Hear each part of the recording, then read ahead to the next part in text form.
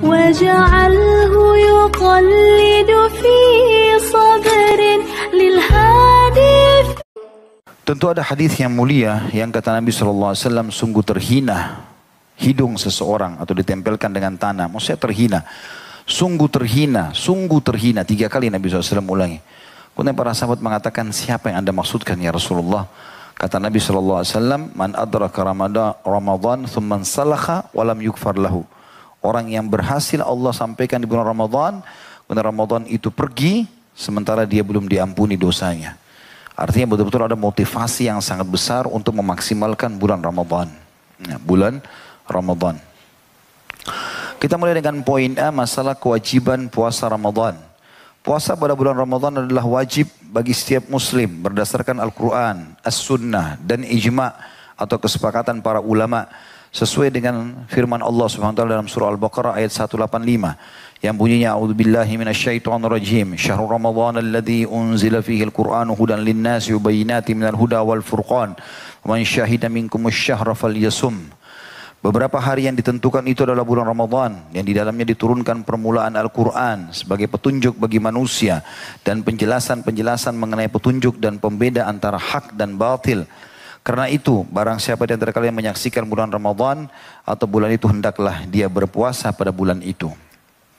Sebagian ulama mengatakan Allah Subhanahu wa taala menghubungkan antara penjelasan kalau Ramadan bulan turunnya Al-Quran yang menandakan bahwasanya Ramadan memang bulan Al-Quran. Makanya para salafus saleh dari sahabat, dari tabi'in betul-betul mengisi Ramadannya dengan Al-Quran. Mereka sibuk mengkhatamnya.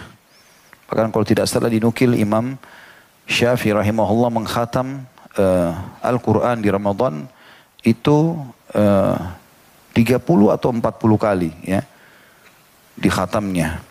Jadi kebanyakan umumnya salafus salih mengkhatam antara 3 hari sampai 4 hari sekali. Sehingga mereka bisa mengkhatam 10 kali di bulan Ramadan ya, selama 30 hari itu. Ada juga di antara salafus salih yang lebih daripada itu. Karena sebagian ulama mengatakan hadis larangan tentang mengkhatam Al-Quran lebih dari 3 atau kurang dari 3 hari. Kata Nabi SAW, siapa yang mengkhatam Al-Quran kurang dari 3 hari maka dia tidak akan memahaminya. Kata ulama, ini mungkin di luar Ramadan. Atau bagi orang yang belum terbiasa melakukannya. Tapi orang kalau sudah rutinitasnya mengkhatam Al-Quran seperti kasus Uthman bin Affan radhiyallahu anhu yang mengkhatam 30 juz di akhir sholat witir. Yang biasa antum baca Qul Huwallahu Ahad itu. Ya. Itu karena sudah rutinitasnya dan dia memahami apa yang dia bacakan. Maka itu berbeda kasusnya. Tapi kalau orang baru belajar khatam Al-Quran lalu dia mengejar target, dia harus mengkhatam setiap hari 30 juz, maka ini yang dimaksudkan tidak akan memahaminya. Dan di bulan Ramadan kena ada motivasi untuk baca Al-Quran. Termasuk dalam Al-Baqarah 185 ini dijelaskan di bulan Ramadan turunnya Al-Quran yang merupakan pembeda antara hak dan batil. Maka berarti pada saat itu adalah saatnya seseorang muslim duduk merenungi dan mentadabburi isi Al-Quran. Dan terus saja menggali apapun yang dia bisa dapatkan, terutama mengkhatamnya di sini. Karena Al-Quran memiliki 4 hak dari kita, dibaca walaupun tidak mengerti artinya. Dan ini sunnahnya mengkhatam. Al-Fatihah, Al-Baqarah, Al-Imran, terus sampai An-Nas. Dari surah nomor 1 sampai surah 114. Kemudian yang kedua mentadabburi. Kalau tadabburi 10 ayat per hari. Sebagaimana sebagian sahabat mengatakan, kami tidak pernah melewati setiap kali bertemu dalam sehari satu sama yang lain. Kecuali kami pasti membahas 10 ayat Al-Quran. Kemudian menghafalnya juga minimal 10 ayat per hari. Sehingga insya Allah kurang dari 2 tahun sudah bisa hafal 30 juz. Karena 6.000 sekian ayat kalau dibagi jumlah hari dalam setahun. Itu insya Allah tidak sampai 24 bulan ya. Sekitar 21 sampai 22 bulan itu sudah bisa menghafal asal per harinya 10 ayat. Kemudian yang terakhir mengamalkannya. Itu yang bisa diambil dari Al-Baqarah 185. Kemudian Rasulullah SAW bersabda tentang kewajiban bulan Ramadan. Hadis yang masyhur riwayat Bukhari nomor 8. Imam Muslim nomor 18. Atau nomor 16 maaf. Yang kata Nabi SAW, Bunyal Islamu ala khamsin, syahadati an la ilaha illallah wa anna Muhammad Rasulullah, wa iqamis salah, wa ita'iz zakah, wa hajjil baiti, wa somi Ramadan.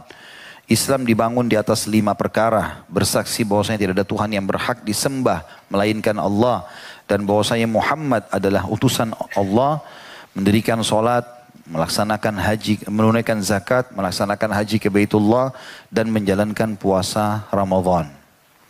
Juga dalam hadis lain yang masyhur Rasulullah SAW bersabda dalam hadis yang diriwayatkan oleh Abu Ya'la dalam Musnadnya jilid 4 halaman 236 dengan sanad hasan, kata baginda Nabi SAW, "Ural Islami wa qawa'idud dini thalatha, alaihinna ussisal Islam, man taraka wahidatan minhunna fahuwa biha kafirun halalud dam, syahadatu an la ilaha illallah, wassalatul maktubah, wa sawmu Ramadan."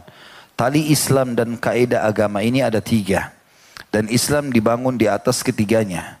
Barang siapa meninggalkan salah satu dari ketiganya maka ia kafir dan darahnya halal. Ketiga tali Islam dan kaidah agama itu adalah kesaksian bahwasanya tidak ada Tuhan yang berhak disembah melainkan Allah, salat wajib yang 5 waktu, dan puasa Ramadan. Jadi ini tentang masalah dalil kewajiban berpuasa di bulan Ramadan. Kita masuk poin B-nya, masalah keutamaan Ramadan. Bulan Ramadan mempunyai keutamaan yang besar dan keistimewaan yang bermacam-macam yang tidak dimiliki bulan-bulan lain. Hadis-hadis berikut menetapkan hal itu dan menguatkannya. Yang pertama adalah hadis riwayat Muslim nomor 233. Kata baginda Nabi alaihi salatu wassalam, "As-salawatul khamsu wal jum'atu ilal jum'ati wa ramadhanu ila ramadhana mukaffiratun lima bainahunna idza ijtunibatil kabair." Salat 5 waktu dan Jumat ke Jumat berikutnya serta Ramadan ke Ramadan selanjutnya adalah penghapus dosa-dosa di antara keduanya selama dosa-dosa besar dijauhi. Juga dalam hadis yang masyhur, ini syarat agar bisa diampuni dosa di Ramadan. Kata Nabi SAW, "Man shama Ramadana imanan wa ihtisaba, ghufira lahu ma taqaddama min dzambi." Barang siapa yang berpuasa pada bulan Ramadan dengan penuh keimanan, yakin ini perintah Allah dan mengharapkan pahala dari Allah, berharap akan mendapatkan yang dijanjikan nanti di akhirat, maka dosa-dosanya yang telah lalu akan diampuni. Juga dalam hadis yang lain, hadis ini diriwayatkan oleh At-Tabarani, kata Nabi SAW, "Wa ra'aitu rajulan min ummati yalhathu atasha, kullama warada haudan muni'a min, faja'ahu siyamu Ramadan fasaqahu wa rawah." Aku melihat salah seorang dari umatku terengah-engah kehausan. Setiap kali ia tiba di satu kolam air, maka ia tercegah darinya, tidak dapat mencapainya. Kemudian masa puasa Ramadan datang padanya, atau puasa Ramadan datang menghampirinya sehingga memberinya air minum dan melepaskan dahaganya. Tentu hadis ini menjelaskan tentang ibadah-ibadah ini memang berbentuk ya pada hari kiamat. Mirip dengan hadis tentang masalah Al-Quran. Yang kata Nabi SAW, "Iqra'ul Quran fa innahu ya'ti syafian li ahli yaumal qiyamah." Bacalah Al-Quran, khatamkan, terus baca, karena dia akan menjadi penolong bagi pembacanya pada hari kiamat. Di dalam hadis Bukhari Muslim yang lain, Al-Baqarah dan Al-Imran akan berdiri di hadapan Allah pada hari kiamat lalu memberikan syafaat kepada para pembacanya. Ya. Jadi mirip dengan ini, puasa Ramadan pun datang untuk membantu orang-orang yang telah mengamalkannya pada saat hari kiamat nanti.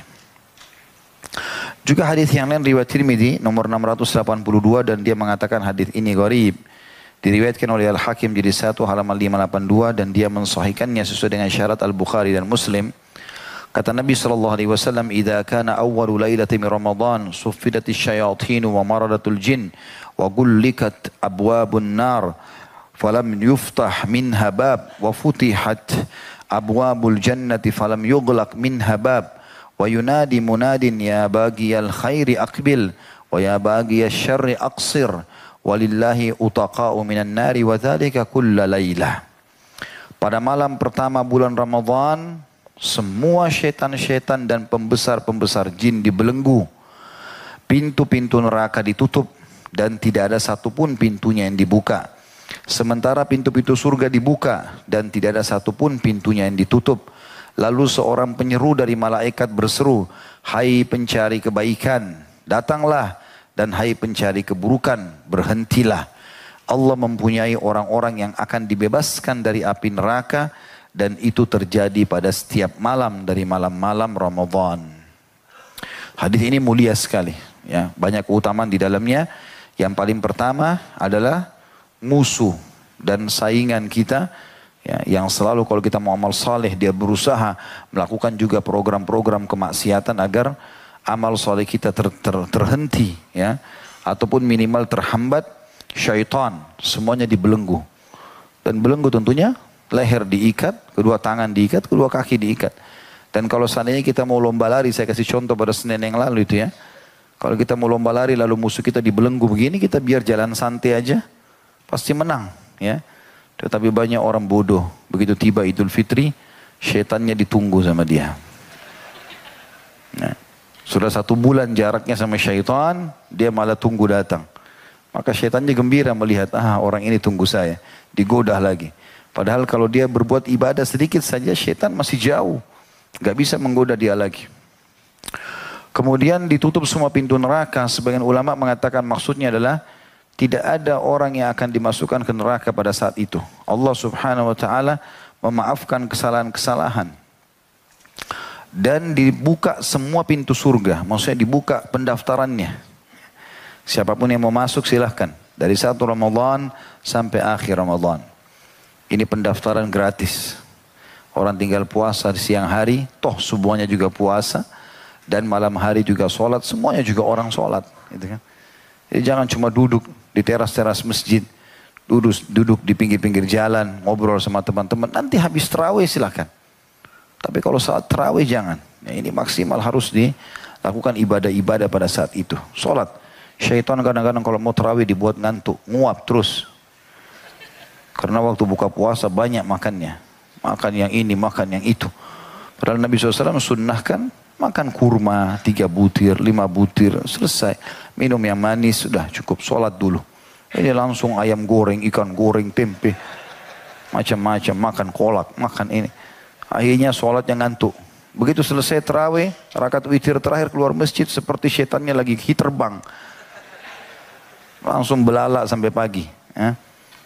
Ini syaitan, hati-hati. Dan kalau Ustaz kan tadi bilang syaitan diikat Ustaz. Iya, tapi tetap masih menggoda loh.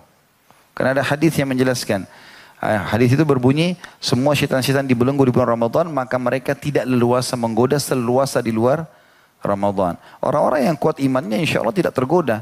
Tapi kalau orang dasarnya sahibnya syaitan, ya, memang sudah temannya syaitan. Ada orang begitu subhanallah, syaitan tidak perlu goda.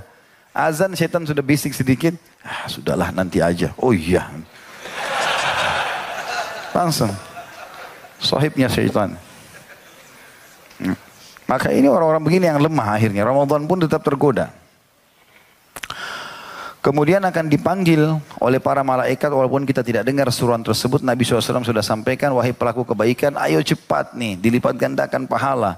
Pintu surga terbuka, sedikit saya kau berbuat sudah bisa masuk surga. Wahai pelaku keburukan, berhentilah, segera. Neraka lagi ditutup, taubat. Ya. Dan sesungguhnya pada malam-malam Ramadan, setiap malam ada hamba-hamba Allah yang dibebaskan dari api neraka. Maka kita kesempatan minta akan dibebaskan dari api neraka, artinya selamanya nama kita di neraka sudah tidak ada. Itu hanya terjadi di bulan Ramadan.